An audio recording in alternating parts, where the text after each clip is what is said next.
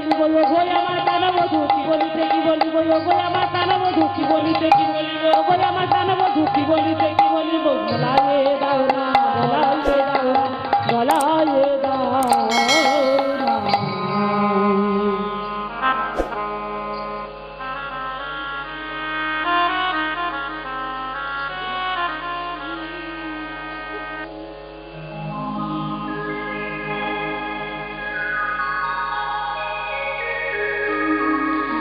জয় জয় শ্রী গুরুদাই গুরুদানন্দে হরি হরি বল।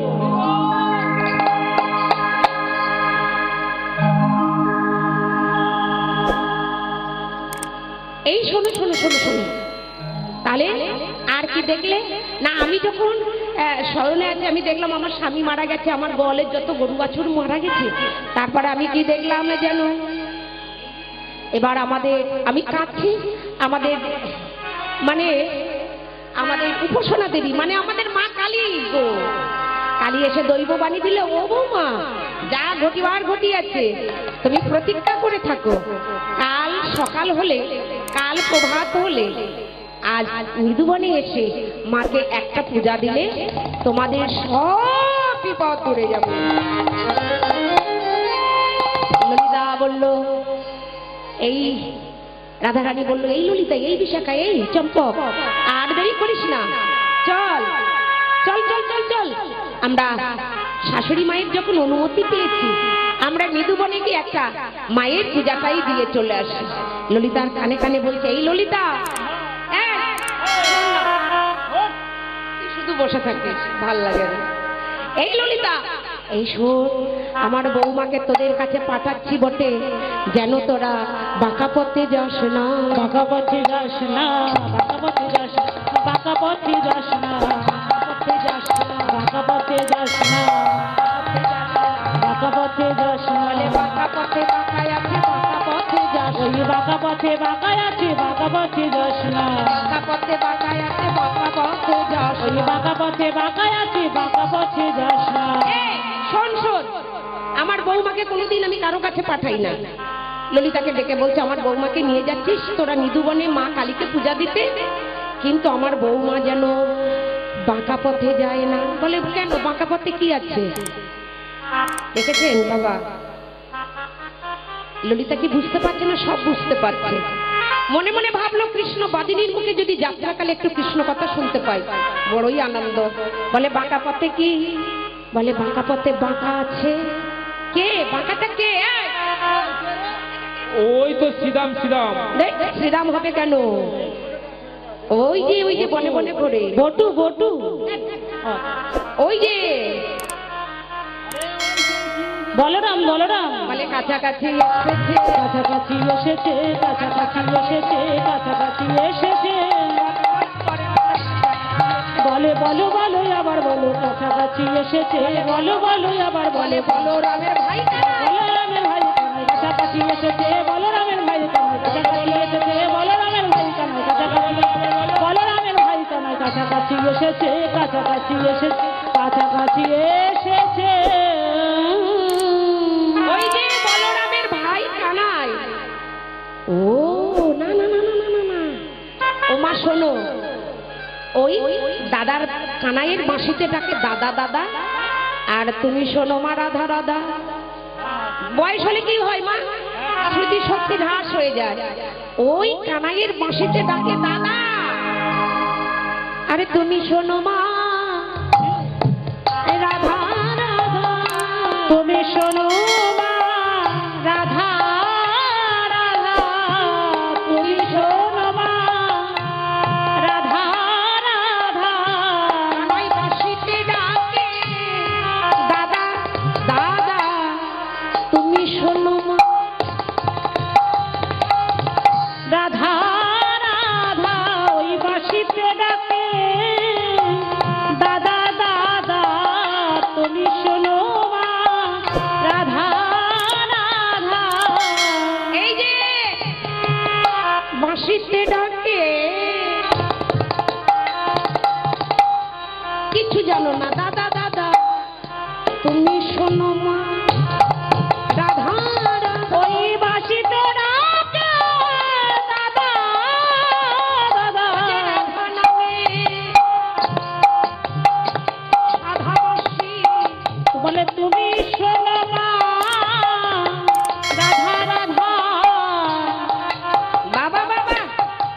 বাঁশিতে ডাকে দাদা দাদা তুমি শোনো মা রাধা রাধা ওই বাঁশিতে ডাকে দাদা দাদা তুমি শোনো মা রাধা রাধা ও যে রাধা নামে সাধা বাঁশি বাঁশিতে ডাকে দাদা দাদা ওই রাধা নামে সাধা বাঁশি তুমি শোনো মা রাধা রাধা নামে রাধা বাঁশি তুমি শোনো মা রাধা ওই রাধা নামে সাধা বাঁশি বলে তুমি শোনো মা রাধা রাধা রাধা নামের সাধা বাঁশি তুমি শোনো মা রাধা রাধা রাধা নামের সাধা বাঁশি তুমি শোনো মা রাধা রাধা রাধা নামের সাধা বাঁশি তুমি শোনো মা রাধা রাধা রাধা নামের সাধা বাঁশি তুমি শোনো মা রাধা রাধা তুমি শোনো মা রাধা রাধা ওই যে তুমি বাঁশিতে বাঁশিতে ডাকে দাদা তুমি শোনো মা রাধা অতই চিন্তা করে লাভ নেই তাহলে আমরা বৌমাকে নিয়ে যাচ্ছি যাও তাহলে ওই বাঁশিতে ডাকে পাঠাচ্ছিস বাবা যাবি না? তাহলে বাঁশিতে ডাকে দাদা আর তুমি শোনো মা রাধা হ্যাঁ তাহলে আমরা আসি আমাদের বিদায় দাও এদিকে রাধা রানী আমার ললিতা বিশাখাকে আস্তে আস্তে ললিতা বিশাখাকে মৃদুবনে নিয়ে এদিকে রাধা রানী ললিতা বিশাখা এসে আজ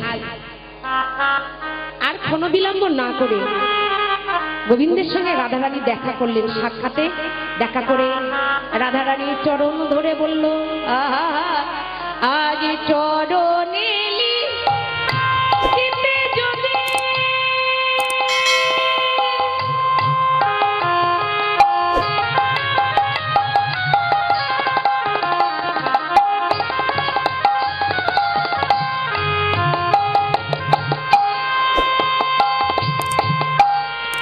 আচরিয়া যায়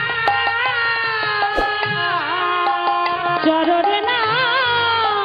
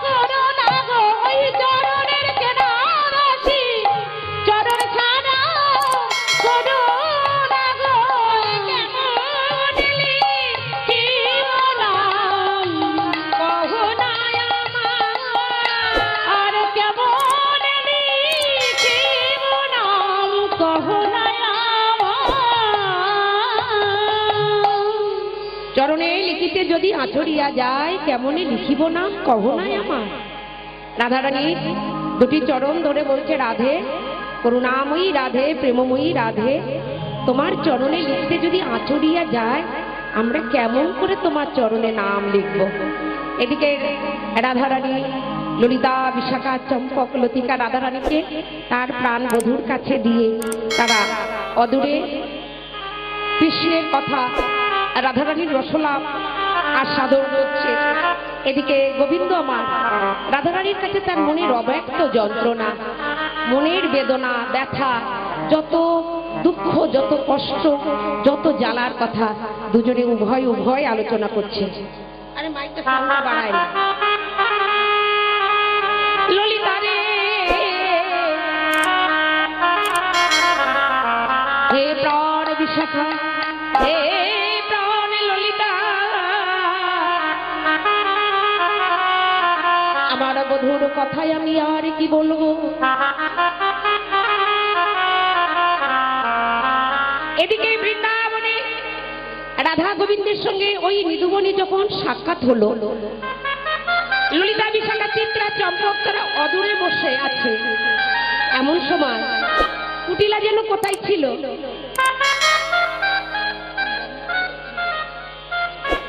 কুটিলা,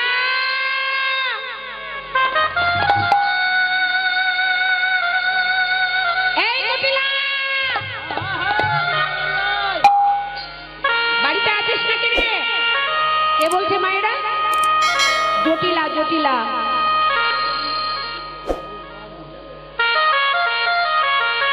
ঘরের সমস্ত কাজ করে আছে,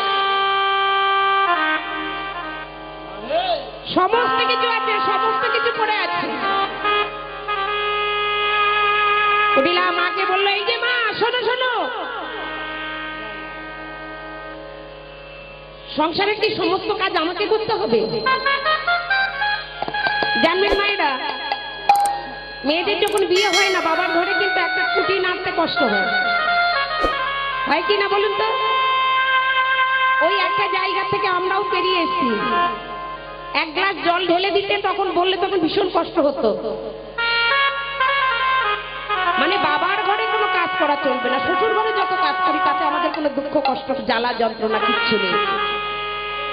এটা আমাদের সংসার, এটা আমার স্বামী, এটা আমাদের সন্তান, এটা আমাদের করতে হবে। প্রত্যেকটি দিন করণীয় কাজ আমাদের করতে হবে, এটা আমরা মেনে নিয়েছি। কুটিলা, তোর বৌদি তো ঘরে নেই, কত কাজ করে আছে। কুটিলা বলল, মা, সংসারে কি সমস্ত কাজ আমাকে করতে হবে? আমাকে তোমরা কি ঝি রেখেছো? এই সংসারের সমস্ত কাজ আমার করতে হবে, তোমরা কি আমাকে ঝি করে রেখেছো?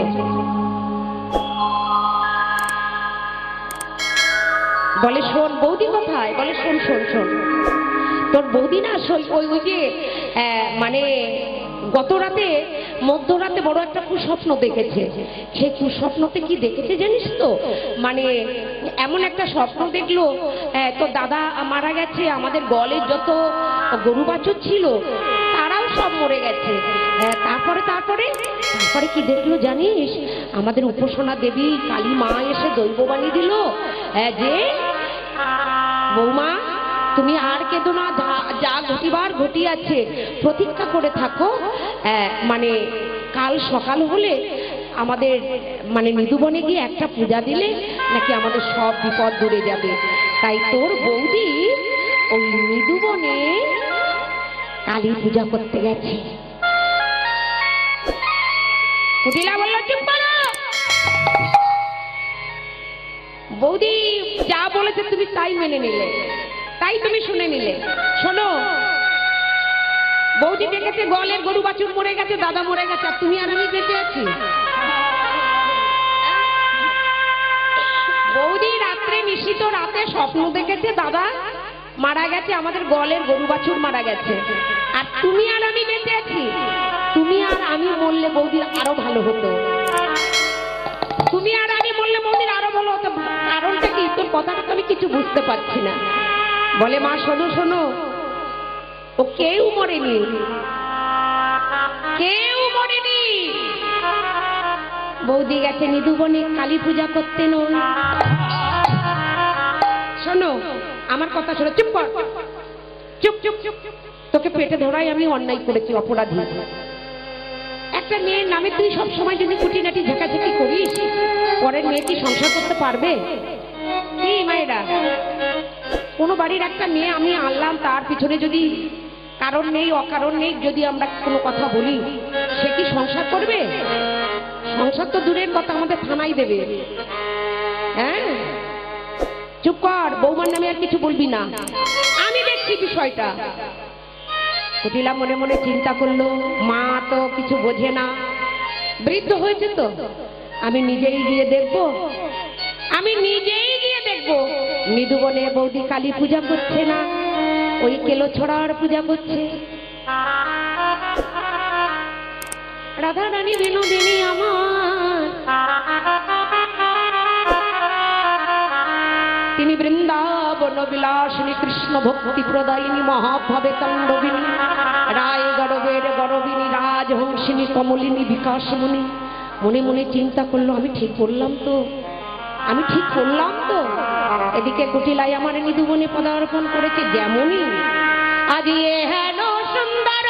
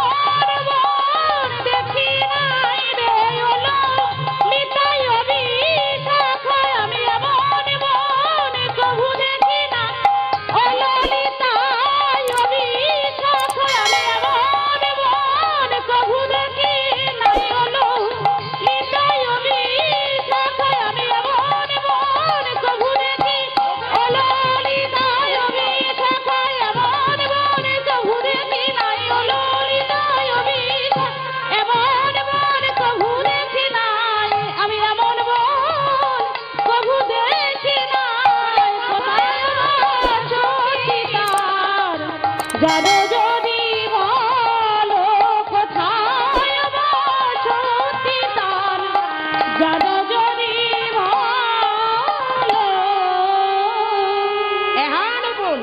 এহেন সুন্দর বন কেবা নিরমিল। কি সর্বনাশ! আমি এতদিন বৃন্দাবনে বাস করি, এত সুন্দর বন তো আমি কখনো দেখিনি। যেখানে ভগবানের বিরাজিতমান সেখানে কি কখনো খারাপ হতে পারে? কি মায়েরা, ভগবানের স্থান কি কখনো খারাপ হয়? আমাদের ঘর খারাপ হয়। আমরা যে ঘরটাকে সাজালাম খাট বিছানা ড্রেসিং টেবিল দিয়ে, এটা তো আমার ঘর নয়। আসল ঘর তো আমাদের সেই ঘর। বাবা বা, এই ঘর সাজিয়ে কোনো লাভ হবে না মায়েরা। এই ঘরটাকে সুন্দর করে সাজালাম, আমার ঘরের খাটে যদি পা না ধুয়ে কেউ উঠে পড়লো, তাকে বললাম, এই আমার খাটটায় তুই পা না ধুয়ে উঠে পড়লি, আমার এত সুন্দর বিছানা। কিন্তু এই সাদের বিছানাটা, এই খাট তো আমার খাট নয়। এই খাট তো পড়ে থাকবে, আসল জায়গাটা আমাদের বেছে নিতে হবে। কি মায়েরা, কীর্তনটা শোনা যেন শোনাই হয়, তাই না? আমি সেই প্রথমে এসে বললাম না, এই আসরে আমি অনেকবার কীর্তন করেছি, কিন্তু এই আসরে আগে যেন একটা ভক্তের আগমন বা প্রাণ আলাদা ছিল। এত সুন্দর হরিবাসর, এত সুন্দর পরিবেশ, এত সুন্দর সবকিছু সুন্দর সুন্দরতম, এত সুন্দর বাসর, কত সুন্দর ফুল দিয়ে সাজানো, সবকিছু সুন্দর, কিন্তু আমার ভক্ত নেই। শোনার মতো মানুষ কোথায় পেলাম? রাধারানী বড় কাঙালিনী, কলঙ্কিনী। আমি গোবিন্দকে ভালোবেসে আমাকে সবাই কলঙ্কিনী বলে। রাধারানীর অনেক লীলার মধ্যে আমরা শুনি না, আমরা সব কিছু করলাম কিন্তু আমাদের সোনাটা সোনাই হলো না। কানে দামি সোনা পরলাম, হাতে বালা পরলাম, ভালো আমরা শাড়ি পরলাম, কীর্তনটা সোনার মতো সোনা নেই। বললো না রাধারানী, বলে না ললিতারে, এই বিশাখা, এই চম্পক, লতিকা, আমি গোবিন্দকে ভালোবাসি বলে আমাকে সবাই কলঙ্কিনী বলে। তাতে আমি দুঃখ পাই না রে, তাতে আমি আনন্দ পাই। আমাদের বিশ্বকবি গুরু রবীন্দ্রনাথ ঠাকুর বলেছে, মনটাই আমরা ভক্তের কাছে দিলাম না গো, আমি কি বলে করিব নিবেদন। আমরা চাবার মতো চাইতে পারি না ভগবানের কাছে। কি বলে করিব নিবেদন, আমাদের কি মনটা দেব, কি প্রাণটা দেব। যিনি বিশ্বকবি গুরু রবীন্দ্রনাথ ঠাকুরের মধ্যে দিয়ে, তার ভাষার মধ্যে দিয়ে আমাদের বৈষ্ণব পদাবলী কতটা অ্যাডজাস্টমেন্ট দেখুন, যে আমি কি দেব তোমাকে, আমার কি আছে।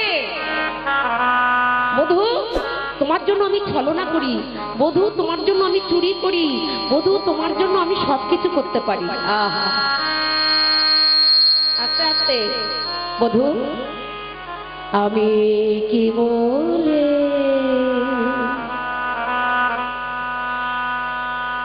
করিব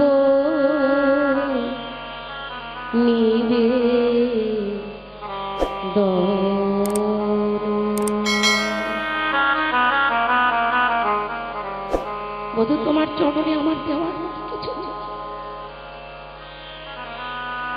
তোমার কাছে আমি কৃতজ্ঞতা, তোমার কাছে আমি ঋণী, তুমি আমাকে মানুষ করে পাঠিয়েছ। প্রত্যেককেই এই কথাটা আমাদের ভাবা উচিত, শোনা উচিত। যিনি বিশ্বকবি গুরু রবীন্দ্রনাথ ঠাকুর বলে গেছে, কত সুন্দর কথা। এই হরিবাসরে এসে মায়েরা, ঘরে ছেলের বিয়ে হলো, মেয়ের বিয়ে হলো, আমরা হাউ হাউ করে কাঁদলাম, কিন্তু হরিবাসরে গোবিন্দের কথা, রাধারানীর কথা বলে এক ফোঁটা আমাদের নয়নের জল পতিত করতে পারলাম না। আমি কি বলে করিব নিবেদন,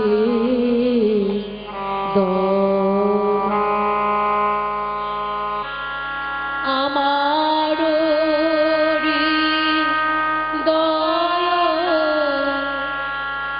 প্রাণ মন,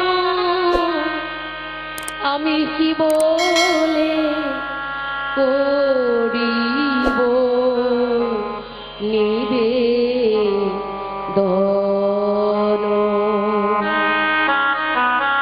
আমার মন, আমার প্রাণ চিতে আসি দয়া করি, নিজে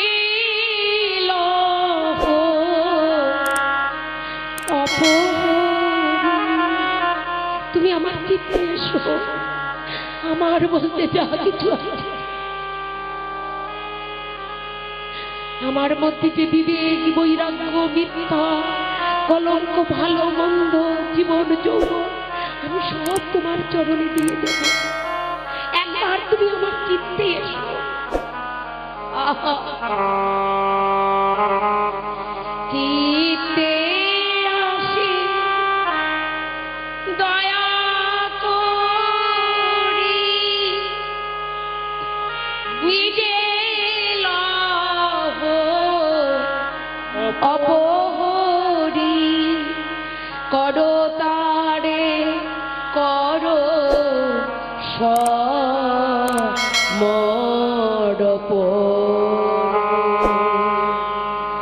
আমি কি বলে করিব নিবেদন। তুমি অহংকার করছো, তুমি অহংকারী, তুমি রূপের অহংকার করছো, তুমি গুণের অহংকার করছো। বিশ্বকবি গুরু রবীন্দ্রনাথ ঠাকুর বললেন,